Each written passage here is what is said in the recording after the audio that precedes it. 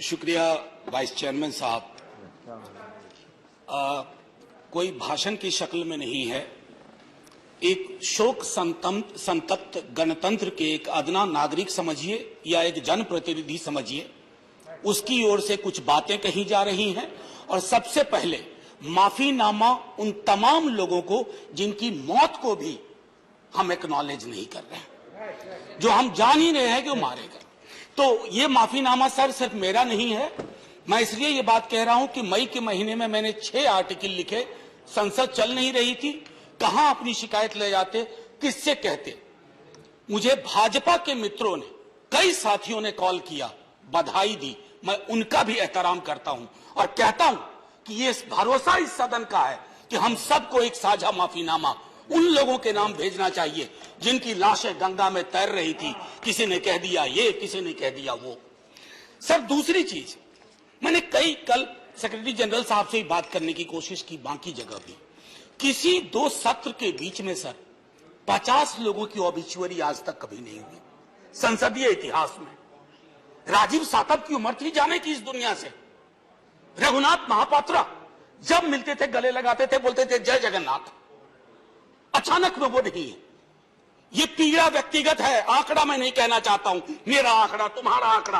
अपनी पीड़ा में आंकड़ा ढूंढिए। एक व्यक्ति नहीं है इस देश में, इस सदन में, सदन के बाहर, उस सदन में जो ये कहे कि उसने किसी जानने वाले को ना खोया हो। सर पीड़ा कह सकता हूं। ऑक्सीजन के लिए लोग फोन करते थे, हम अरेंज नहीं कर पाते थे। लोग समझते हैं सांसद है, ऑक्सीजन पिछा देगा।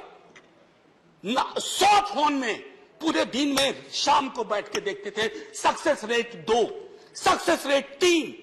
हमको कौन सा आंकड़ा कोई बताएगा साहब?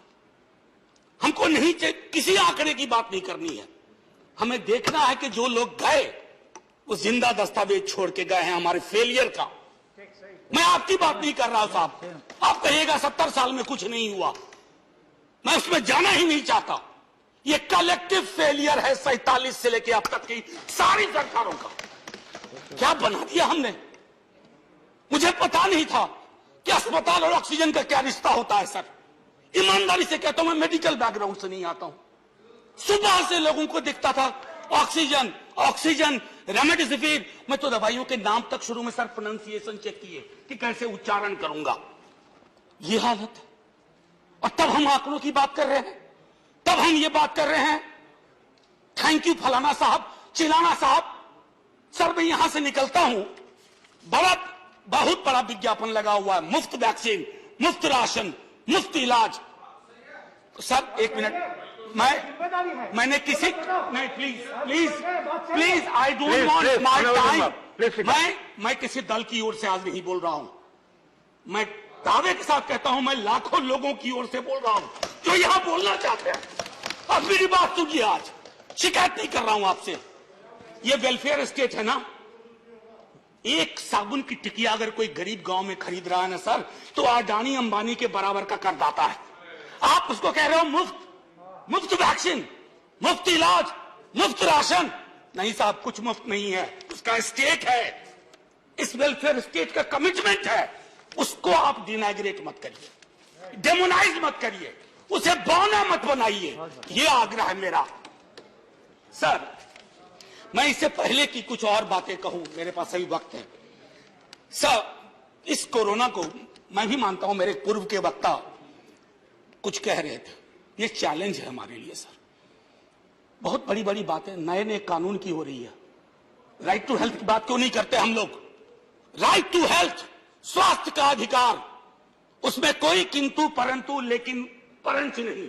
सीधे तौर पे स्वास्थ्य का अधिकार constitutionally guaranteed. Right to life के साथ लिंक करिए। किसी अस्पताल की मजाल नहीं होगी कि वो उस खिलवाड़ कर पाए उस राइट टू लाइफ का। करना नहीं चाहते। राइट टू वर्क, उस पर काम करिए। पॉपुलेशन को लेकर के बहुत बातें हो रही हैं साहब। डेमोग्राफी को, डेमोग्राफर्स को छोड़ दीजिए, बड़ा संश्लिष्ट विज्ञान है, लेकिन ये हम कर सकते हैं इस सदन और उस सदन में। Right to life, right to work पर लेजिस्लेशन लाइए ताकि कोई आपदा आए। अभी तो हमारे लीडर ऑफ हाउस नहीं है, नए नए बने हैं। उनसे मैं कहता, जब वो रेल मंत्री थे, हॉस्पिटैलिटी सेक्टर के लोगों को निकाल दिया गया इसी कोरोना काल में। मैंने लगातार आवाज उठाई, कोई सुनने वाला नहीं है सर, कोई नहीं सुन रहा।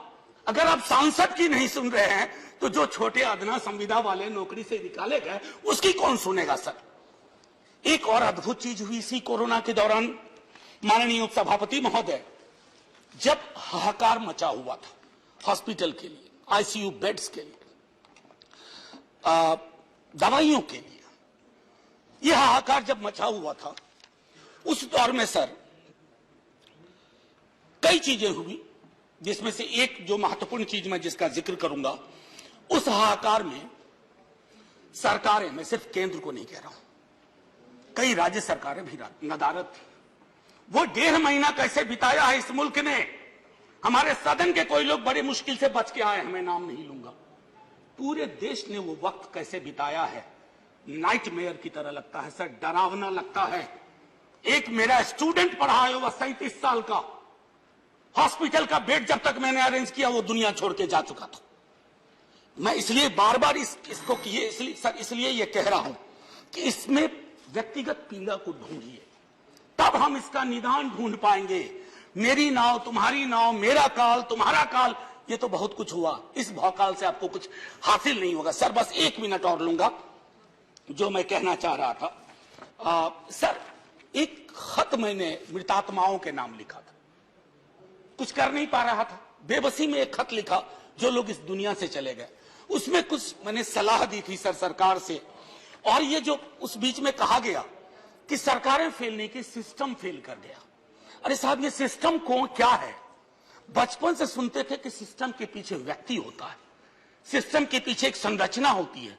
अगर वो सिस्टम फेल किया है, चाहे दिल्ली में या किसी गांव की गलियों में, तो वहां की सरकारें फेल गई। सिस्टम का नाम इसे मत दीजिए, क्योंकि यही वो सिस्टम बनाते हैं। धन्यवाद। और आप बस आखिरी टिप्पणी करने दीजिए। प्रोफेसर, धन्यवाद, आपको ज्यादा टाइम दे चुका हूं मैंने। सर बस 10 सेकंड लूंगा।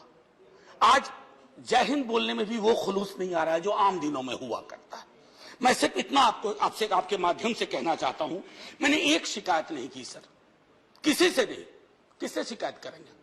आहत हूं, जगाना चाहता हूं स्वयं को भी, आपको भी, क्योंकि अगर गंगा में तैरती लाशें, सर जिंदगी में डिग्निटी चाहिए, मौत में उससे बड़ी डिग्निटी चाहिए। हमने अनडिग्निफाइड डेथ को विटनेस किया है, और अगर हमने इसको दुरुस्त नहीं किया सर, आने वाली सदियां माफ नहीं करेगी। आप बड़े बड़े इश्तहार छपवाओ, अखबारों के 4 पन्ने रंग दो, फलाना थैंक यू सर, इतिहास को थैंक यू कहने का मौका मिलना चाहिए। धन्यवाद। जय हिंद सर। अगर मेरी बात से फिर भी किसी को कष्ट पहुंचाओ, मैं उन्हीं लाखों लोगों की धन्यवाद डेड बॉडी के बिहाफ पे आपसे माफी मांगता हूं। जय हिंद।